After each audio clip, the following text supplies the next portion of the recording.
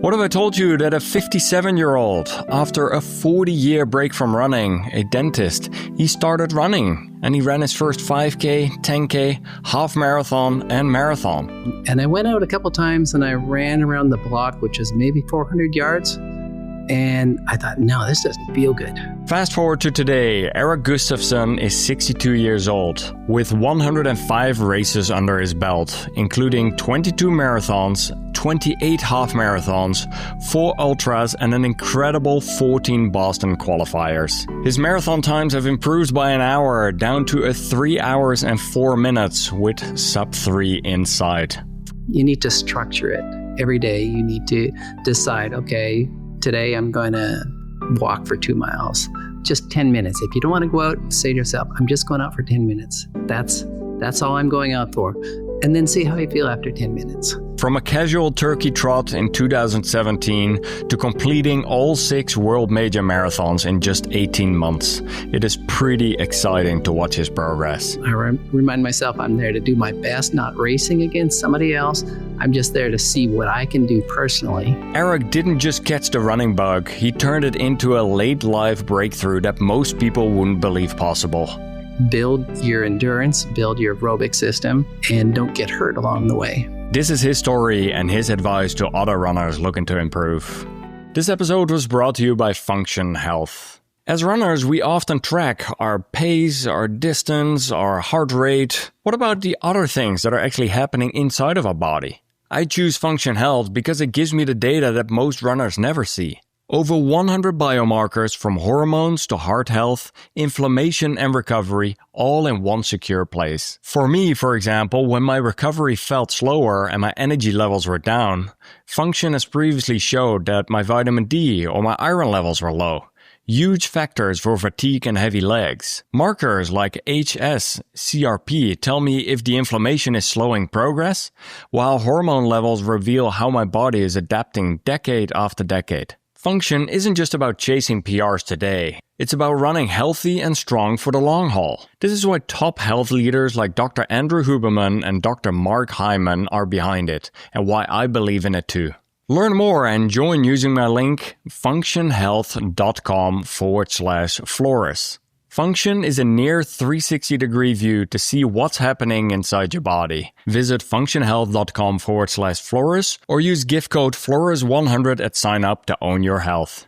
Hope you enjoy my conversation with Erik Gustavsen. Well, let's dive in. Erik, welcome to the Extra Mile Show. Thank you for jumping on here. Well, I'm very happy to be here. And it's quite a privilege, I feel, for me to be able to relate my experiences and how the Extra Mile Show has helped me in my running progression and journey. It's been incredible to watch your running journey over here. And this is going to be a fascinating conversation because you started running in your 50s, where you really got into running your first half marathon, running your marathons, and you've done quite a few different races over the last 5 years here. What I would like to start out with is maybe you can tell me more about in your 30s, 40s, 50s, what were you doing workout-wise or exercise-wise, and what kind of inspired you to pick up running in your mid-50s? The main form of workout or exercise that I was doing, we had 2 younger kids at that point in time. And so I would walk in the morning before breakfast with my wife. And then we would walk after supper or after dinner for probably half an hour after dinner and maybe 15 minutes in the morning. And then 2 or 3 times a week, I would go to the gym and I would do some weight training. But I hadn't really considered running until 2016. I ran in college a little bit. When I was in college, I had a jogging class that I thought would be easy credit. And so that's kind of the end of my running until I turned, I guess, late 50s. And then what made you decide to start running and like training for your first race? I'd been thinking about it for years. I developed a bit of knee trouble from snow skiing. I was skiing in some deep powder and I felt this sharp pain in my left knee. And it turns out that I tore my meniscus. Oh, wow. And so that was probably about at least 10 years ago. And I had meniscus surgery on that knee. And then about a year later, I had meniscus surgery on the other knee. And it felt better when I was walking. My surgeon said, yeah, you can run. That's no problem. He worked in Wisconsin, I believe, prior to coming to our community in Walla Walla. And he said he had a NBA basketball player that was playing within a few weeks after having meniscus surgery. So anyway, I kind of thought that maybe I should start running. And I went out a couple times and I ran around the block, which is maybe 400 yards. And I thought, no, this doesn't feel good.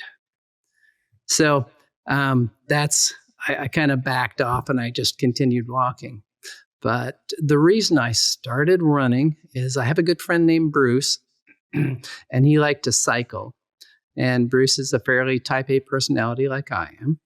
And he decided he wanted to do Olympic triathlon. But he didn't like to run. He said he hated running. Would I run the 10K portion? And so I hadn't run a 5K since high school. And I'd never run farther than 5K. And so I signed up for a 5K turkey trot.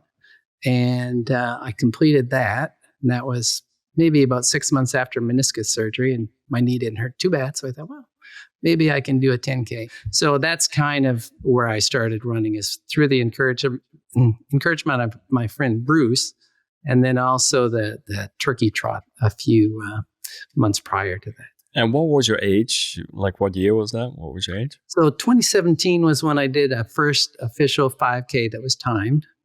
And so I was born in 62. So I guess I must have been 55-ish, something like that. And then, then in 2018, my friend Bruce wanted me to run the 10K, and that was the beginning of the real learning experience for me. I found that after running, 2 or 3 miles, my legs would be hurting, particularly my calves. My back would be a bit sore, and my feet would be really sore. And so from there, I started doing some searches on YouTube to try and find some advice. And I stumbled across your site. And I also watched a site called Triathlon Terran.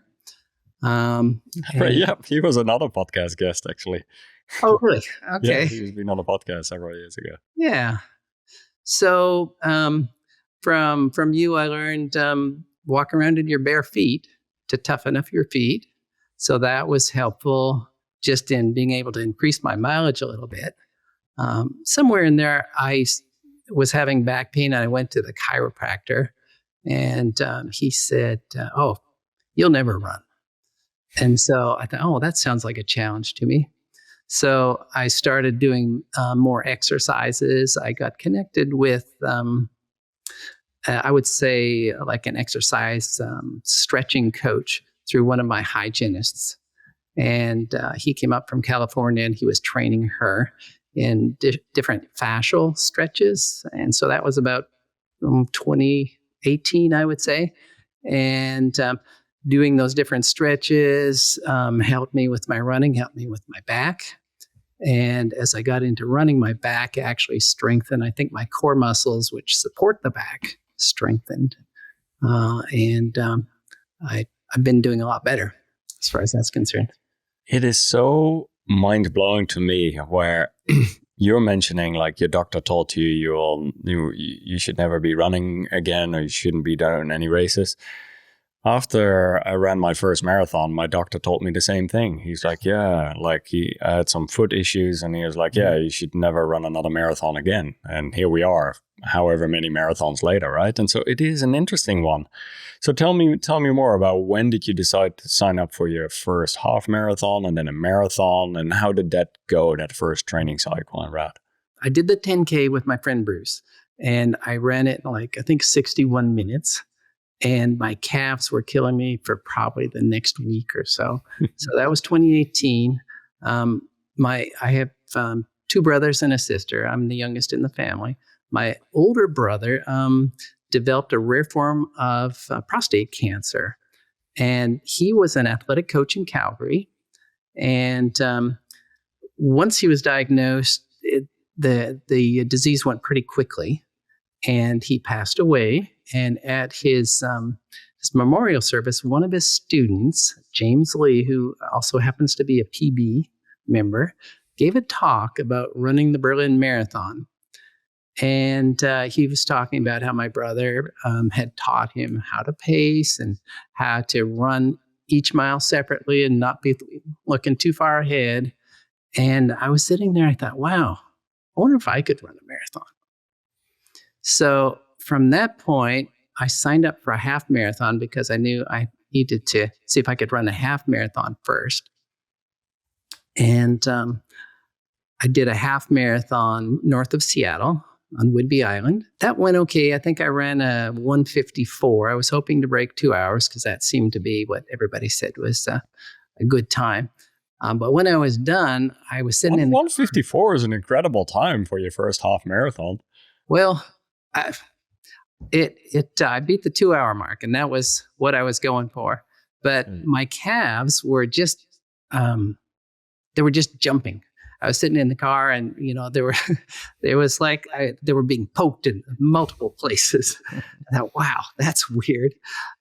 So anyway, that was in April of 2019, and then I thought, okay, well, there's a local marathon coming up in October. I'll sign up for that, and I'll see if I can complete a marathon. And my goal for the marathon was 4 hours. So I didn't have a proper training plan, but I had listened to you talk about MAF training with Phil Maffetone, and I kind of got onto that. And so I was following that in terms of not trying to run too fast, not trying to get in shape too fast. I didn't have a proper watch to track my heart rate or anything like that, but it sounded good to me that you could get better without using maximum effort every time you went out. So from that first marathon, what I learned in that first marathon is you can feel really good until about mile 20. And I think I was doing about an 8:15 or an 8:30 pace. And I remember there was a guy who had these running shoes. They had separate toes in them. Yeah. I was trying to keep up to that guy, and I was doing really good. And my wife, who is a huge supporter, she met me at mile 20. She like, how are you doing? And I said, I'm doing real good. I think this belt with my food in it is a little bit too heavy. I didn't know about gels at that point. So I gave her what I had in there. I had some dates and some stuff like that, which I saw in the podcast were good natural food. So I gave her that. I didn't have anything. And then about mile 24, I'm like, oh, what's wrong? I can't run anymore. And so I barely made it across the finish line. And then I made a huge mistake. I laid down. And my wife was pretty concerned for my health. And my legs were jumping and twitching, and all the way from my waist all the way down to my feet, everything was just spasming.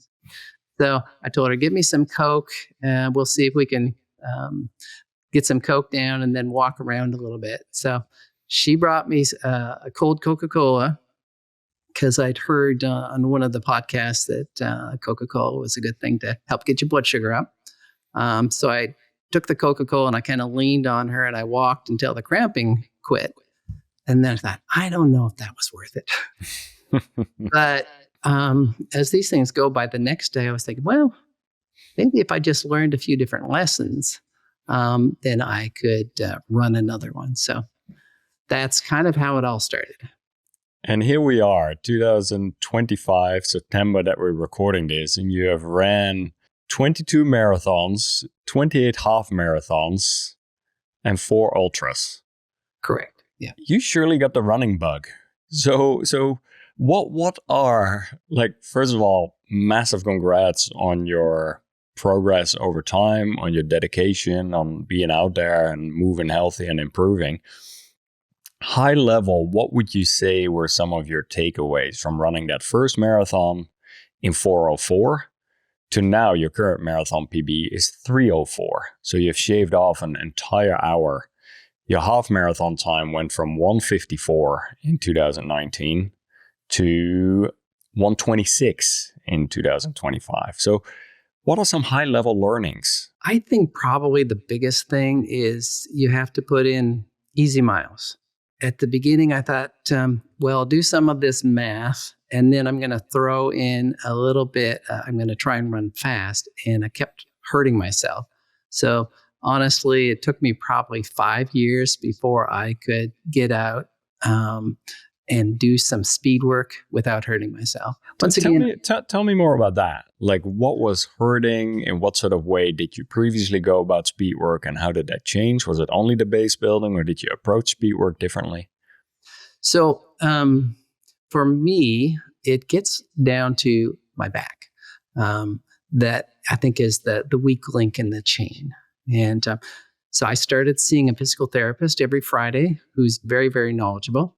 And we started working with my back and with my piriformis on the left side, with the hamstrings, and with calves on both sides, just getting those knots out. And I kept seeing the chiropractor. One of the things that has been most helpful is just building my core muscles up in terms of strengthening and supporting the lower back.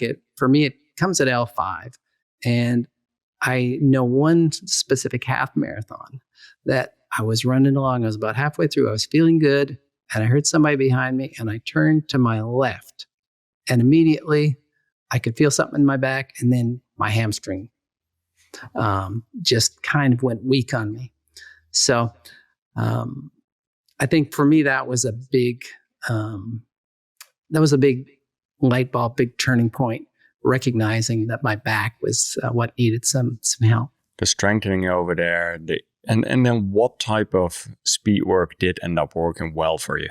I think 2 years ago, after the New York Marathon in 2023, I had what I felt was a disappointing finish. I had run the Berlin Marathon in 23 and run I believe a 3:41. And then I was 6 minutes slower in New York. And so oftentimes when we have something that doesn't work out like we hope it does, then we're like, okay, time to make some changes. So I'd been basically doing the math training, and I'm trying to figure out, okay, what else can I do? And I came across a group called Rundoyen, and I started working with a gentleman there named Dave Berdan, and he is a super good coach. He won the Baltimore Marathon 2 times. Wow. And I think he's around a 2:20 or 2:21 marathoner, but really easy to work with. And so he helped me to kind of step up from doing MAV training into, we first started doing hill sprints. So short effort, minimal likelihood of damage. Then we worked on doing strides and fartleks. And then once I got a little bit confident with those, wasn't hurting myself, then we went to the track and we started doing some 400 alternates and some 800 alternates. I would say I was doing, at the beginning working with him, I was doing 90-10. 90 easy and 10 hard. And now I'm probably about 80-20, something like that. There you go. The hill sprints is an interesting one. You're bringing that up because I personally love hill sprints as well. And even there's a variety of different ways you can go about it, from longer hill sprints to fartleks in the hills to like really short, intense bursts of hills. I know the Lydiard approach is a big fan of hill sprints as well. Tell me a bit more about how you approach that. And for anyone listening who wants to experiment with this as well, because you also want to be careful with it, because if you go about it too aggressive and you're injury prone, this could also be quite challenging on the body. So you want to ease into it. You want to warm up proper. You want to go about it the right way. So any high level thoughts you want to share there?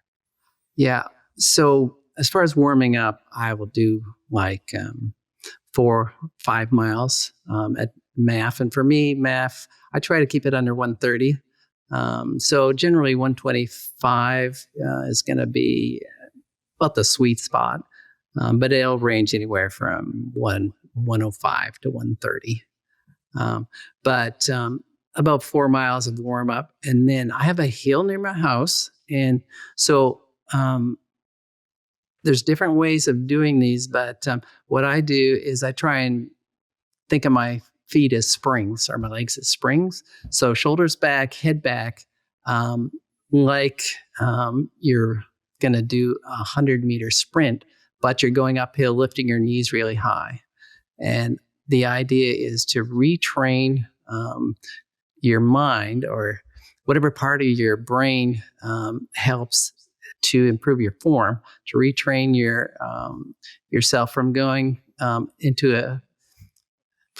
an ultra shuffle into more of a Kipchoge type of motion while you're running. That's the way I do the hill sprints, and I do anywhere from 5 to 10, and I do roughly 10 seconds. So I have a specific distance that I do. And one of the things that Dave had me doing was walking backwards afterwards for about 2 to 2.5 minutes back to the start line, get your heart rate way down, and walking backwards activates some of the fast twitch muscles that you wouldn't normally use. Plus it tends to stretch things out. And plus it helps remind you of the posterior chain as well. This is also something Lawrence van Lingen often talks about. A big fan of the backwards walking. Absolutely. Exactly. Yeah. I hope we get to talk a little bit about Lawrence later. Let's do it. Let's talk about Lawrence. Lawrence is a good close friend. I had a long phone conversation with him yesterday again to catch up. So tell me more. What did you know? First of all, for those listening who might not know, Lawrence van Lingen is a movement specialist. He has made a big impact in my own running, helped me run more with fluidity, very natural movements through, like he talks about the flow rope quite a bit, about backwards walking, tire pull, the awesomizer, a variety of different topics there. He's been on the podcast before, and he has also shared several different great videos on his own Instagram and YouTube channel and on his website. But tell me a little bit more what your experience has been with Lawrence's movement and how that has positively impacted your running. Well, I would say just overall, what I like about him is he's more of a guru than a hard kick-ass kind of coach, if you will. And he comes at it from a different side that I really appreciate. But one of the things in specific that I kind of picked up from him that I've incorporated with what Dave has been teaching me is if I'm doing a track workout to get my heart rate down, then I will pretend to do the flow rope as I'm walking backwards. And so I do that for 2.5 minutes to activate that posterior chain. And also it gets those two parts of your brain moving as well if you're moving your arms opposite the way you're moving your legs. So I would just say one of the things that when you asked me to do this, of course, initially you're like, oh, I don't want to screw up. I'm going to say something stupid. But then I thought of something that he said. He quoted a book by Marianne Williamson called it Return to Love. And he said, she said in that book, who are you not to shine? So I thought, okay, that's good advice. I enjoy Floris's show, and I think I'm just going to take a chance and do this. And if something goes crazy, it goes crazy. Whatever. Yeah, and that's the thing, right? Like once we live from our authentic self and we just explain or like share our story, it's just the truth you're sharing. Like, and then it comes from within, and it's just two people having a conversation, and you might be surprised what you're sharing can just land at the right time, at the right place with someone, and it can make a positive difference in their running or health journey. So yeah, really glad you're here. So the other thing that I would say is I definitely do different exercises to open up the hips. And so at the Shakeout run at New York last year, Todd was there. And I'm not sure how to pronounce his last name. Marin Tate? Yeah, something along those lines. Yeah. So there was a small group, but he led us through some of the hip opening exercises. And so I'd been doing something similar at home with my exercise routine, with my stretching routine, but that was really neat to see that. So those have been helpful. Yeah, I just really appreciate his approach. I haven't done the tire drag yet, but there's always something else again to look forward here, and then like it's the happy hip hack, and he is innovating and keeps progressing as well, which is awesome to see. So as far as the opening the hips, I think that's a very fascinating one, because many of us listening to this or working throughout the day or just sitting quite a bit, whether that is commuting, sitting in the car, whether that's sitting behind a desk, sitting in a dentist chair like you, these things do tend to make our hamstrings tight and our hips quite stiff. And indeed, some of these mobility exercises, where just the movement of it itself, when you open the hips, it just makes your running so much more fluid. And you can notice a difference when you do some of those things. It just comes down to doing it on a consistent basis, not just doing some of these exercises when you feel like the wheels are coming off and you're injured, but actually even during the regular training cycles, and just doing it on a consistent basis can make a big difference for sure. One of the exercise videos that I found on our YouTube with the help of Dave is by Jay Johnson. It's called the Myrtle Routine. And it does a lot of those same moves and some extras that Lawrence does. Excellent. And so I've incorporated that. I do those almost daily. Excellent. And what would be very helpful for anyone listening over here, shoot me a link to that video. I'll make sure to put in the show notes. I'll put some links to Lawrence's materials as well. I think it will just be helpful for some people listening here. So, let me just expand a little bit on the back issue, because a lot of older runners, probably just from years of wear and tear, have at least subclinical back issues. And one of the things that I found, this is both through the chiropractor and through my physical therapist, is that L5, if there's some impedance in that nerve, then you can get symptoms all the way down your leg, from your hip, piriformis, calves, hamstrings, and even your big toe. Now, I've seen a number of posts from people that are having trouble. I think Kevin Erickson was having trouble with his big toe. And people are having trouble, with their plantar. It's good to think about the electrical supply that's running down the leg and see if there is any impedance in the electrical supply. For me, having a physical therapist work on that has been very helpful. And also I have a chiropractor who doesn't do the turn and crack. He has like a little pneumatic hammer that he finds spots where the muscles are tight and constriction is happening. And that seems to be very helpful for me. So maybe that'll be helpful for somebody else. I know my cousin's husband, who is an exceptional runner, he started having plantar fasciitis, couldn't get rid of it. He had injections, cortisone injections and so forth. Finally ended up having back surgery because guess what? It was coming from his back and affecting the plantar. So just, something to think about. Yeah, that's an interesting one, how everything is connected over there for sure.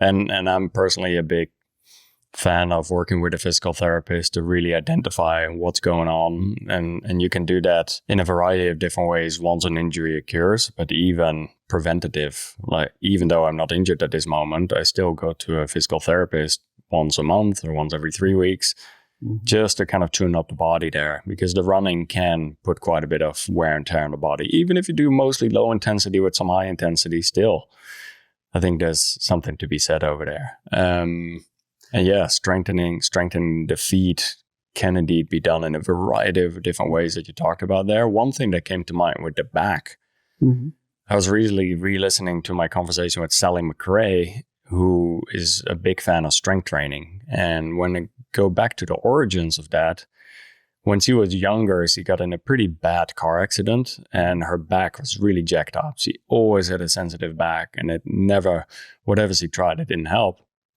until she started doing plenty of strength training in the areas around it. So for her to really build up a core, to do consistent strength training, that made the back pain manageable and eventually go away. And it made it for her much easier to handle some of the running, especially towards the later stages of a run, where you sometimes start losing your posture, you start leaning forward more, and you just lose shape. So I thought that was quite an interesting one there too. So, just one of the other podcasts that I listen to semi-frequently is the Peter Attia podcast. Yeah, absolutely. And The Drive. He had a guest on there named Stuart McGill, and they did a replay, I think on August 31st, and where they talked specifically about back injuries. And there are 3 exercises that Stuart mentioned just in brief. And one is bird dogs. The second is side planks. And the third is Superman, where you lay on your stomach, but it's a modified where you're just lifting your legs. And so his theory is that you're strengthening your core, and you're basically the muscles that support the back and keep everything in line need to be really strong so that you don't have a disc that bulges on one side or the other. So yeah, and that's the thing. It might not be the funnest exercise to do, but a few minutes a day, 3 times a week can already make a big difference right there. So exactly, yeah. And yeah, the core, like you were saying, is so critical towards those later stages of the race. Yeah. And I think it is, every runner has different limitations or bottlenecks where things are going to start causing issues. For some people, that is their back. For some people, it might be their Achilles. For some people, it might just be their fitness level, whatever it might be. So I think, indeed, identifying what that is and finding specific ways to work through that. But yeah, strength training and mobility, especially as we age, it just becomes crucial at every stage there. So just want to go back to your running journey a little bit more. For anyone listening over here, is there any advice that you would give either to your younger self or to someone in the earlier stages of their running journey, knowing what you know now after all these races and all these training cycles? I would say probably the biggest thing, it depends on what your goal is. If your goal is to be healthy, then I think that you need to structure it every day. You need to decide, okay, today I'm going to walk for 2 miles. Tomorrow I'm going to run for 2 miles. Day after I'll walk for 2 miles. But you need to have a daily structure so that you know what you're going to do that day and how far you're going to go. Otherwise, if you don't have a plan, nothing happens. It's just good intentions. So that would probably be the number one thing. One thing that I have done throughout my life is I've set New Year's goals, and setting those goals gives you something to shoot for. And then I have a daily journal that I go through where I talk about I write down the things that I'm thankful for, and then I have future goals that I want to achieve. And so for the past 5 years, I've had these running goals that I've written down. And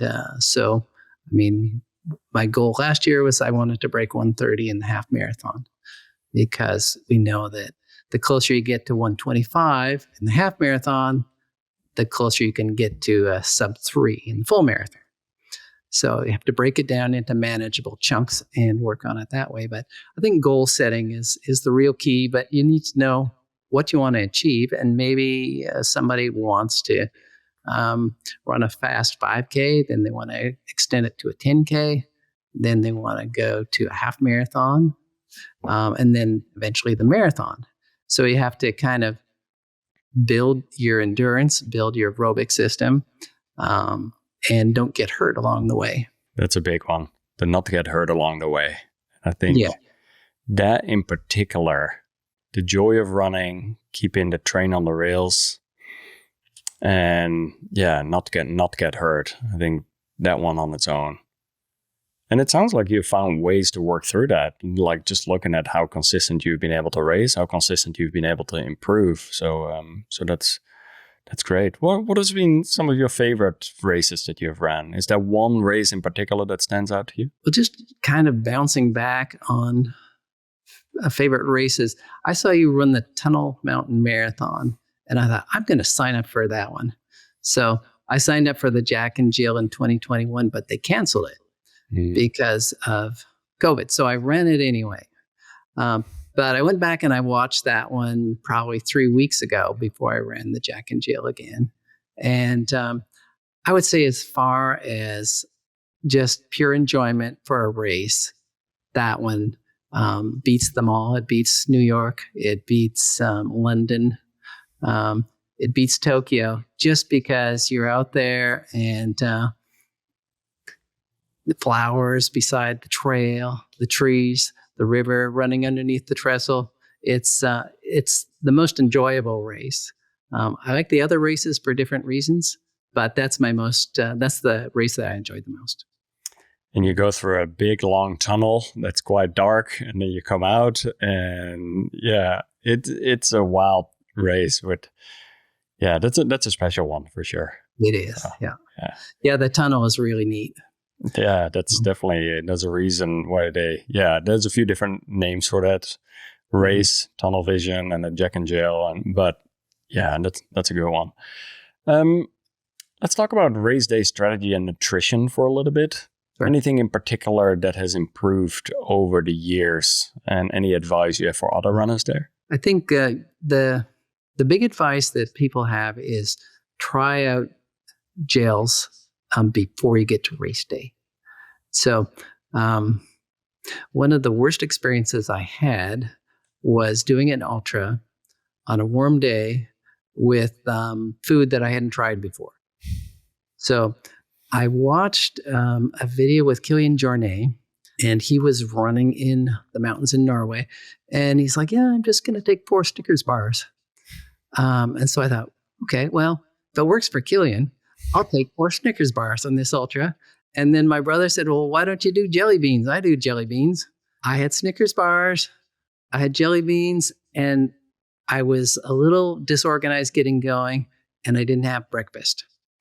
So about 2 miles in, I started on a Snickers bar, and I was running with my friend Bruce, who is the triathlon fellow. And we got about 10 miles in, I started feeling ill, and he said, you need a salt pill. It wasn't one that you could swallow. It was one that you put in your mouth and it dissolves. And from that point on, I felt nauseous. And so I had cleaned out, I had a vest that had these bladders in it for water. And I had cleaned it out with a light bleach solution, but I hadn't rinsed it enough. And so I could taste just a little bit of bleach in my water. And so I was really feeling sick. So somehow I finished that race. Bruce was kind enough to stop and help me probably about, I would say around the 40, 45 kilometer area. So I could end up finishing. Otherwise, I probably wouldn't have finished if he hadn't been kind enough to stop and help me. But that was a huge mistake. So what I learned from that is if you're going to try a goo gel, if you're going to try Martin, try it on a long run. Don't try it on race day. And just by experimenting, I found that the Martin gel works best for me. So that was probably my biggest takeaway. I used to carry a water bottle with me, but I found after a few runs with the water bottle, then I started just getting water at the water stations, and that seemed to work better. There's certain things that we kind of hang on to like a security blanket. It is so well said. And I see it quite common that people start running with running belts, with water bottles, with hydration vest, with multiple water bottles. And most of these races have an aid station every 3 miles, 5K. And if you end up not running on an exceptionally hot day and when there's enough support out there, just not having to carry that additional weight can make a big difference there. So yeah, I see the same thing. I see quite a few runners taking it as a safety blanket, but my general advice is to like, hey, if you can, just use the aid stations. And I'm not a fan of relying for nutrition on aid stations, even if they say they have gels, like half the time they run out. Mm-hmm. And so I will typically carry the nutrition, but as far as for the hydration, yeah, relying on that locally is nice. I would say the second biggest mistake I made was trying Gatorade towards the end of a marathon. And I hadn't trained with Gatorade. I think it was probably about mile 22. I downed a cup of Gatorade. I felt ill. I finished the race. I did a 3:48, which was just under the Boston qualifying time for me. And I could hardly walk. We got in the car, and the car started down this windy road, and I had to open the window, threw up on the side of the car. We pulled over, and some guy stopped to tell us that we shouldn't pull over there. Throwing up on this side. I'm like, okay, well, maybe I'll throw up on your car.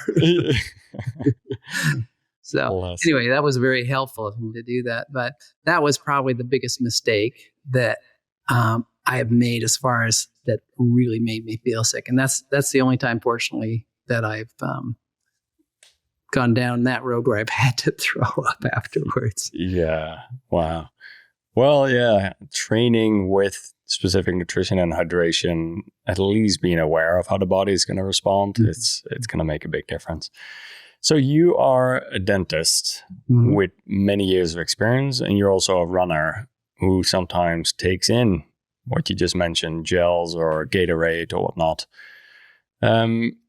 Recently, there's more and more emphasis on oral health. Even guys like Brian Johnson, longevity expert, and many others are talking about how important it is not just to brush your teeth well, but to really take care of your what would you call it? The inside of your mouth. So like the oral biome.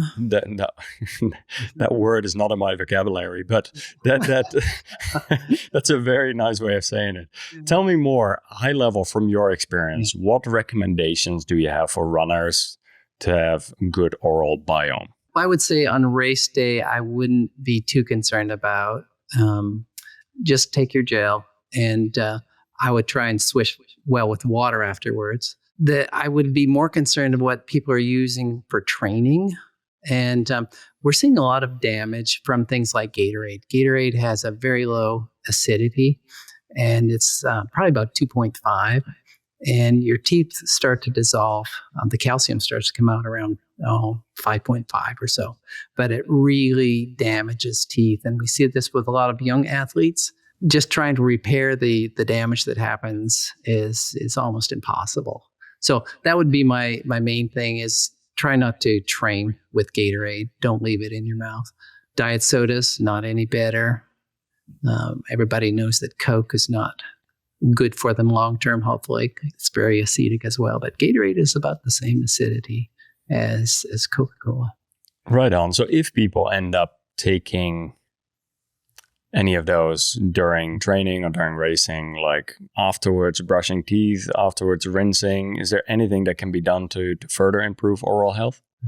Well, I think probably the best over-the-counter mouth rinse that you can purchase right now is something called Closis, and it boosts the pH in your mouth. And what that does is your mouth is supposed to have healthy bacteria. And there's some research coming around that shows that if you use things like Listerine on a regular basis, it destroys good bacteria and bad bacteria. But you want good bacteria to be there. Good bacteria are involved in a cycle that produces nitric oxide, not nitrous oxide, which is laughing gas, but nitric oxide. And there's a pathway that involves 3 different chemical bioexchanges. But if you knock out those bacteria, what happens is there's pretty good evidence that you're going to end up with high blood pressure because you get vasoconstriction instead of vasodilation in your peripheral blood vessels. So Closis, we think at this point is a pretty good alternative because it boosts pH, and the higher the pH in your mouth, the healthier the bacteria are going to be the healthy strains of bacteria survive, and the unhealthy strains tend to die under the high pH conditions. The other thing that I would just add is probably 4 or 5 years ago, I heard you talking with somebody about nasal breathing.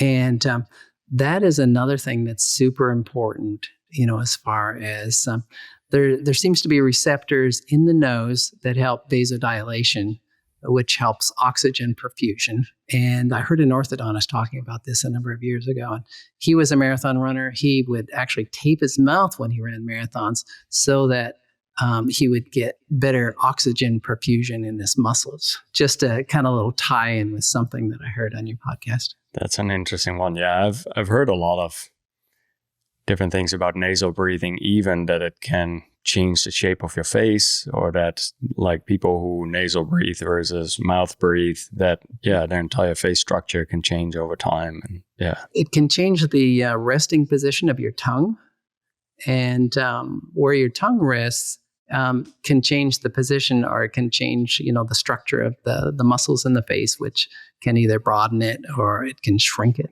Let's talk about the head games, like when things start getting tough, either in training, on low motivation days, or like you just don't feel like it. We're getting into the winter months again.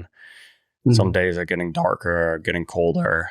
Talk to me about that, and also talk to me about tough spots in a race on race day, how you go through that mentally. So let me just start by saying something that my friend Bruce says. He picked up someplace in his triathlon training that just 10 minutes. If you don't want to go out, say to yourself, I'm just going out for 10 minutes. That's all I'm going out for. And then see how you feel after 10 minutes. So I've used that on occasion, but currently what I use is if it's raining, I look outside and I say, hey, what if it's raining in New York? You going to not go? And so you have to give yourself a little kick in the butt sometimes.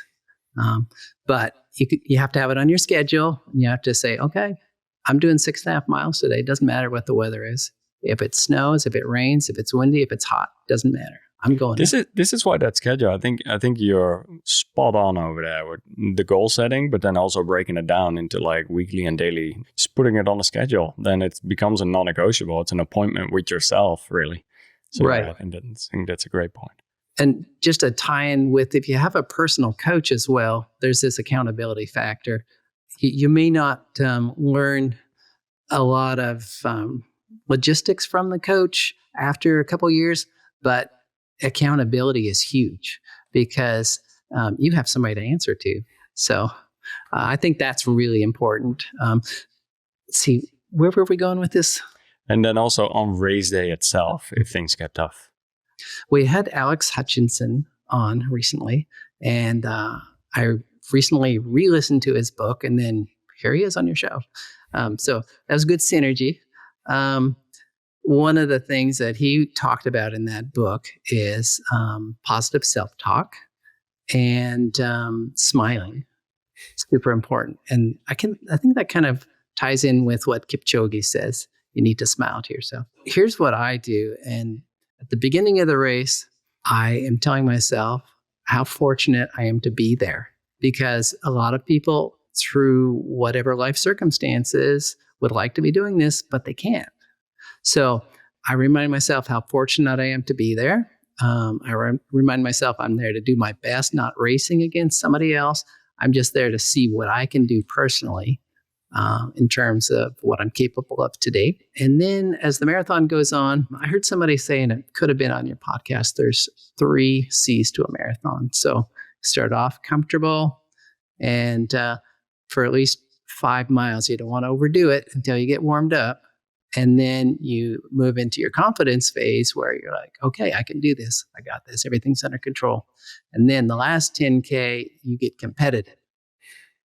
So during the confidence phase, I'm singing songs in my mind, stuff from my childhood. I'm thinking about my brother who would love to be racing, but he can't because he's passed on.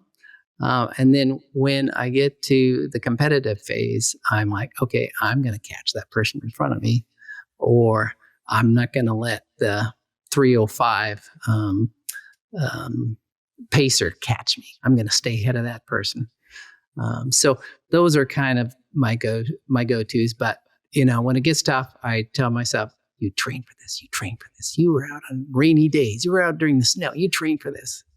And then you have to tell yourself, how are you going to feel if you don't give everything you have today? How are you going to feel tomorrow? And you just get a little extra kick.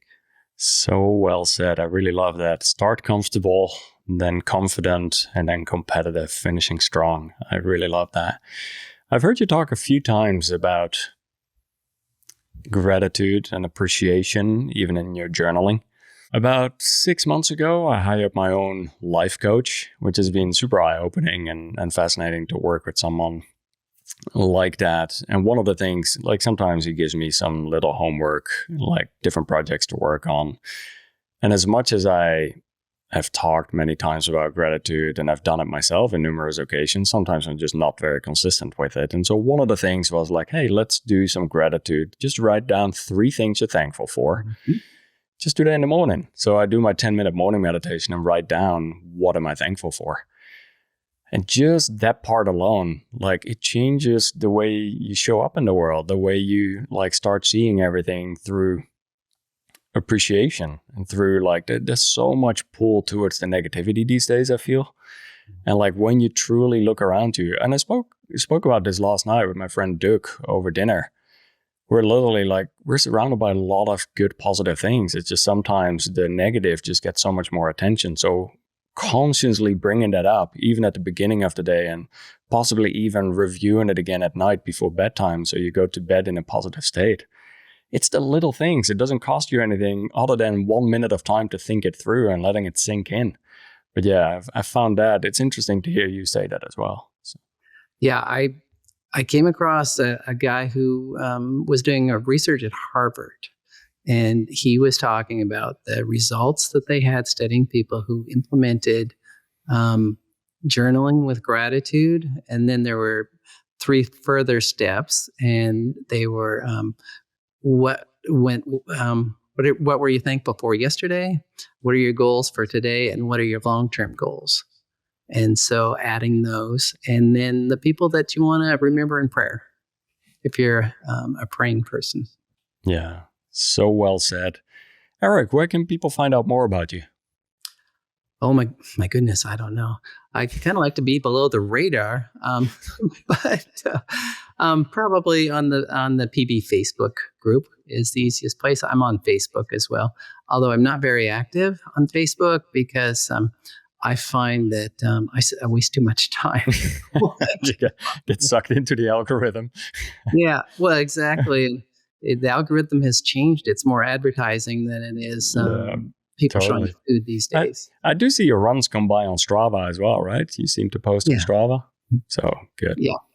I'll make sure to link to that. And one question over here: do you have any closing thoughts, any advice for listeners looking to become a stronger, healthier, happier athlete? Let me just back up to the last thing. Is if somebody has a question, I'm more than happy to answer it on Strava. You can just message me on Strava, and if it is a detailed answer, that maybe I'll get their email and email them a little bit.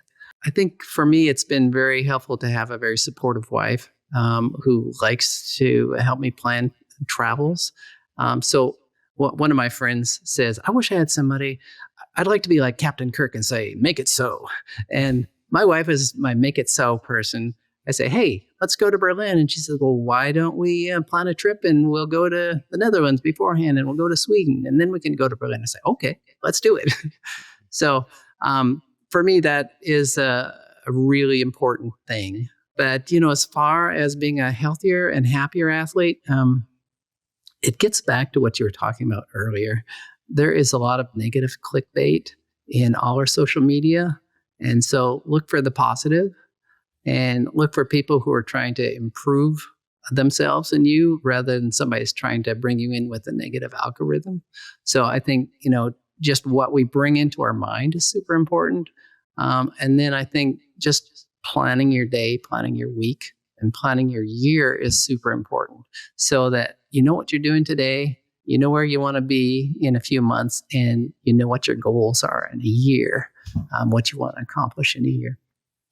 So well said. Eric, thank you very much for sharing all the insight. I'll make sure to link to everything mentioned in the show notes over here. And I look forward to going for a run at some point together, either at one of the upcoming races or outside of that. So yes. Well, I enjoyed meeting you in Berlin. I must say I enjoyed chatting with your dad in Berlin as well. So yeah, this was once again what you were talking about, of making a family trip out of it.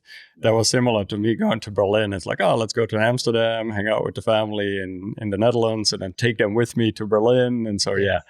I think whenever we can combine some of these running races with like a family vacation, it's a nice way of doing that. So for sure. Absolutely. That's one of the best things about running for me, is that we get to visit some great places, get to do what I love the most, which is running. And then we have a fabulous time, try some new foods, meet some new people. So absolutely. Eric, thanks so much. We'll talk more soon. Have a good one. Thank you.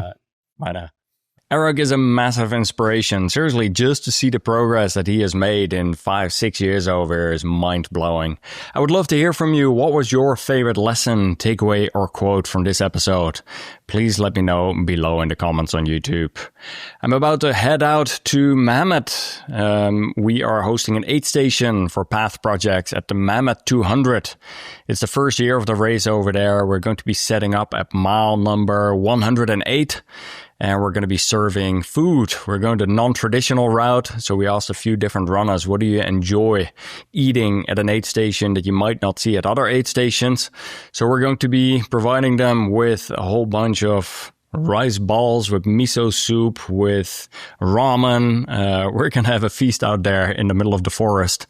Should be a blast. And maybe I'll share some more stories from that down the line. There's going to be a bunch of bears out there, and we're cooking all this smelly food. So it's going to be an adventure, I'm sure. So anyways, have fun out there on your runs, and we'll talk more soon again. All right, bye now.